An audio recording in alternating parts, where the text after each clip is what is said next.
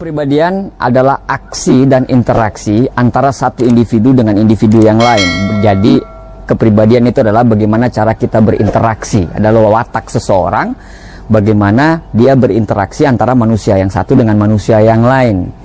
Nah, pembagian karakter manusia ini sudah terjadi di 400 tahun sebelum Masehi, ya. Seorang filosof dari Yunani, yaitu yang bernama Hippocrates, itu sudah membagi 4 karakter manusia berdasarkan cairan yang berada dalam tubuhnya.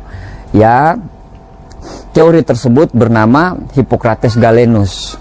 1992, Florence Littrong, ya, seorang penulis buku, itu memetakan kembali 4 kepribadian manusia ini dan terinspirasi dari teori Hippocrates Galenus tadi. Bukunya internasional bestseller, sampai sekarang itu masih applicable, kita terapkan di mana-mana.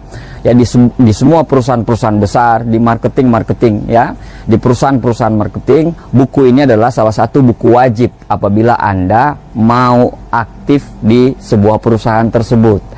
Buku ini dengan bahasa yang memang agak sedikit sulit dimengerti. Anda harus baca berkali-kali buku Florence Littrong ini yang berjudul Personality Plus. Ini sudah direvisi berkali-kali karena buku ini sudah ada dari tahun 1992. Diterjemahkan dalam bahasa Indonesia pada tahun 1996. Sampai sekarang masih jadi international bestseller. Untuk orang Indonesia sendiri, untuk memahami bahasa dari Florence Littrong di buku Personality Plus, itu memang agak sedikit rumit. Makanya diindonesiakan dengan buku Understand People tahun 2017 oleh seorang Erwin Parengkuan, seorang pakar komunikasi Indonesia. Di buku Florence Littrong tersebut itu dibagi menjadi 4, ya, tetapi 4 ini masing-masing 2 arah. Nah, arah pertama adalah orang-orang yang berorientasi terhadap manusia, atau dia memakai feeling gitu, ya.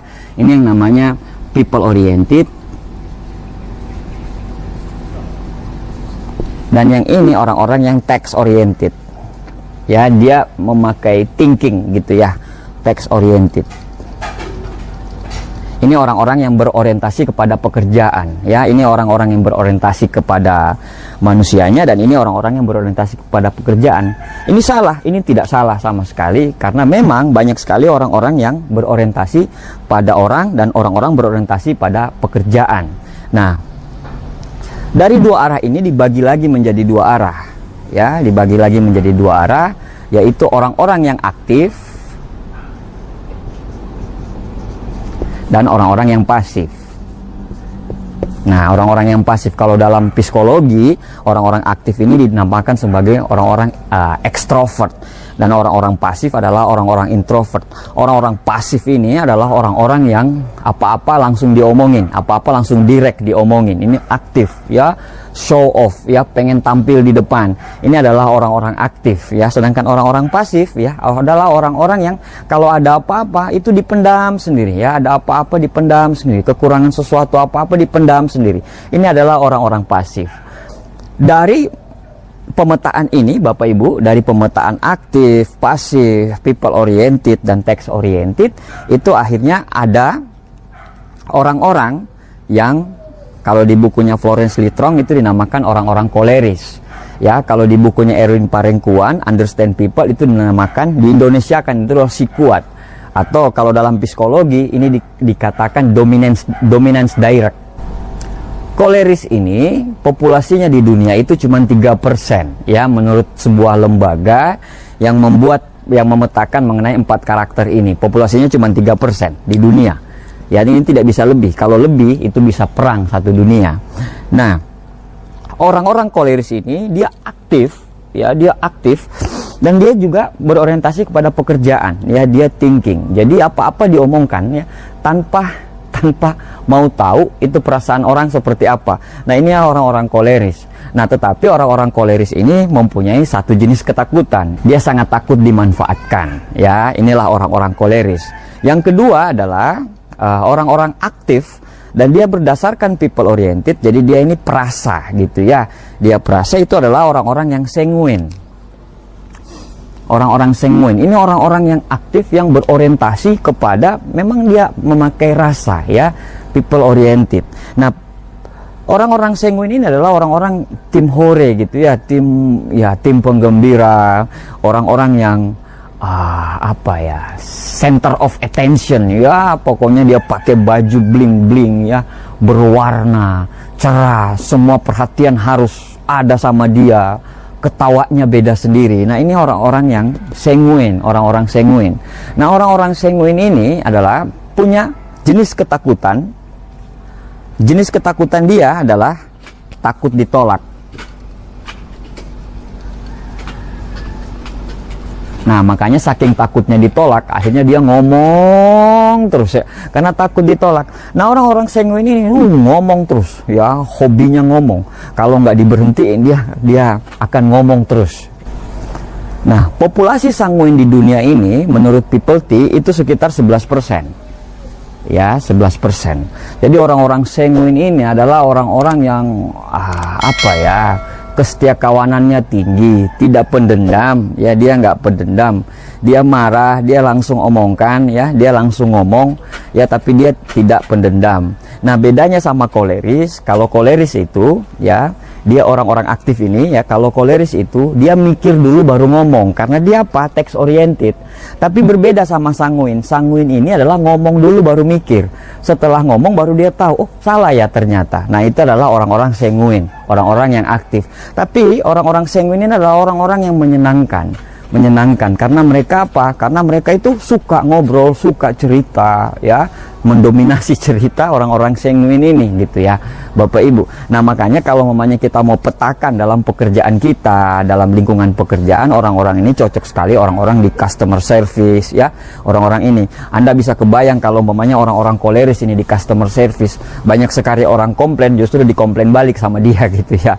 Nah, inilah pemetaannya untuk orang-orang aktif, ya, orang-orang aktif yang text oriented adalah seorang yang koleris, dan orang-orang yang people oriented adalah orang sanguin. Yang berikutnya adalah orang-orang plekmatis, ya.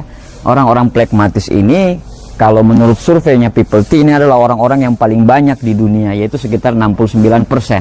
Ya, ini populasinya paling banyak di dunia, sekitar 69%. Orang-orang yang berorientasi kepada people, orang-orang yang memakai feeling, ya, memakai feeling, dan orang-orang yang pasif. Ini orang-orang yang damai, orang-orang yang suka mendengarkan, ya, orang-orang yang kalau dunia ini semuanya orang-orang sanguin ini, orang-orang plekmatis ini, dunia akan aman, tenang, dan damai.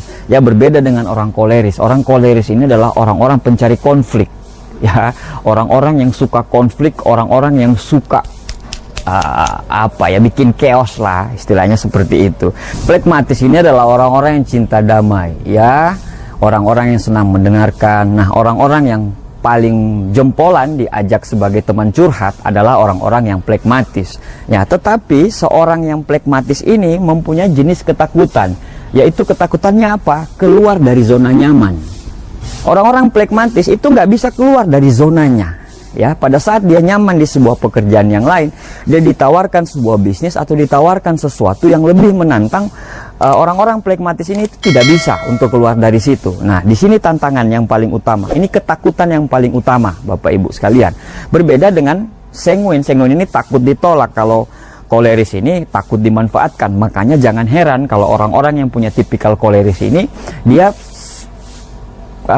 orang-orang yang tidak percayaan sama orang. Ya, seperti itu. Nah, kalau plekmatis ini adalah orang-orang yang tidak mau keluar dari zona nyaman. Jadi dia pengennya aman aja, nggak mau terlalu depresi, nggak mau terlalu ngoyo, tenang, aman, anteng. Nah, ini orang-orang plekmatis. Nah, ada orang-orang yang berikutnya yang populasinya adalah 17%. Itu adalah orang-orang melankolis. Orang-orang melankolis ini adalah orang-orang yang pasif, suka memendam, ya, tetapi orientasinya adalah terhadap pekerjaan, ya, terhadap pekerjaan, perfeksionis, menuntut kesempurnaan, detail, ya, sangat detail. Nah, sangat detail. Tetapi orang-orang melankolis ini mempunyai ketakutan, yaitu ketakutannya apa? Takut dikritik. Ya, orang-orang yang pendiam. Tapi dalam diamnya itu dia bisa menyelesaikan pekerjaan-pekerjaannya. Dia tidak vokal seperti koleris, ya, tetapi dia pendiam. Ya, kalau Anda mau mengerjakan, kalau Anda mau ngasih pekerjaan sama orang-orang melankolis ini, kasih pekerjaan yang menuntut kesempurnaan, kasih pekerjaan yang menuntut untuk mengejar deadline. Jangan kasih pekerjaan yang mengejar deadline atau kesempurnaan kepada orang-orang sanguin, karena orang-orang ini tidak akan bisa dapat menyelesaikan pekerjaan tersebut. Ini adalah keempat kepribadian manusia ini menurut teori Hippocrates. Nah, ini menurut teori Hippocrates. Nah, orang-orang yang koleris, ya, orang-orang sanguin, orang-orang phlegmatis, dan orang-orang melankolis.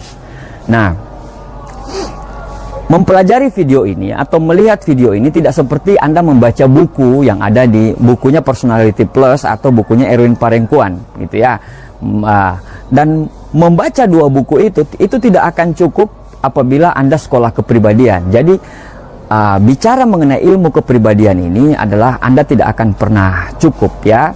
Anda tidak akan pernah cukup. Tetapi video ini dapat memandu Anda, dapat memberi Anda sebuah jalan untuk Anda membaca buku yang Personality Plusnya Florence Strong, atau kalau Anda mau Indonesianya sendiri, Anda membaca bukunya Erwin Parengkuan, yaitu Understand People. Nah, bagaimana keempat karakter masing-masing ini, sunny side-nya dan shadow side-nya, atau sisi kekuatannya dan sisi kelemahannya, kita akan bahas di video-video vlog berikutnya.